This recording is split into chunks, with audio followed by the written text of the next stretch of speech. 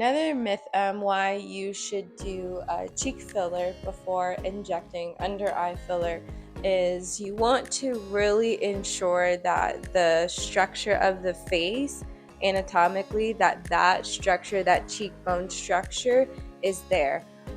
Most of the times by filling in this area, so adding volume and then adding a nice structure here, already does the trick of kind of like creating a smooth effect under the eyes because we're lifting all that tissue in there.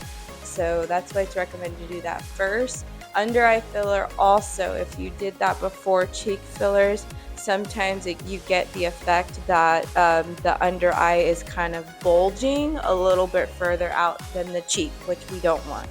So those are the reasons why you should get cheek filler before injecting under the eyes with filler.